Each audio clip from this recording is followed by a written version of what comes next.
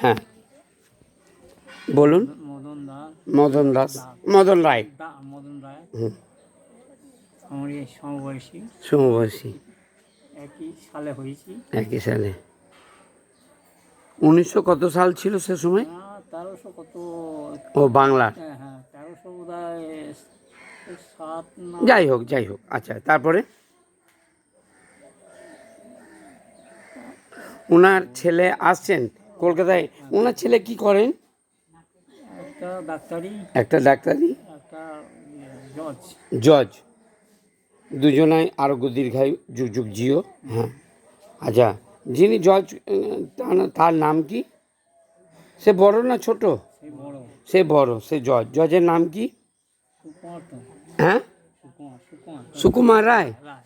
বাহ, অটুট ধন্যবাদ। আর ছোটটা কি করেন? ডাক্তারি। ছোটটার নাম কি? সুকান্ত। সুকান্ত রায়। যুগ যুগ জিও, আত্মা শান্তি বাগ, 95 কোটি কোটি সার্থক, যুগ যুগ জিও। আমাকে যারা হিন্দু মুসলমান ভালোবেসেছেন, অটুট ধন্যবাদ।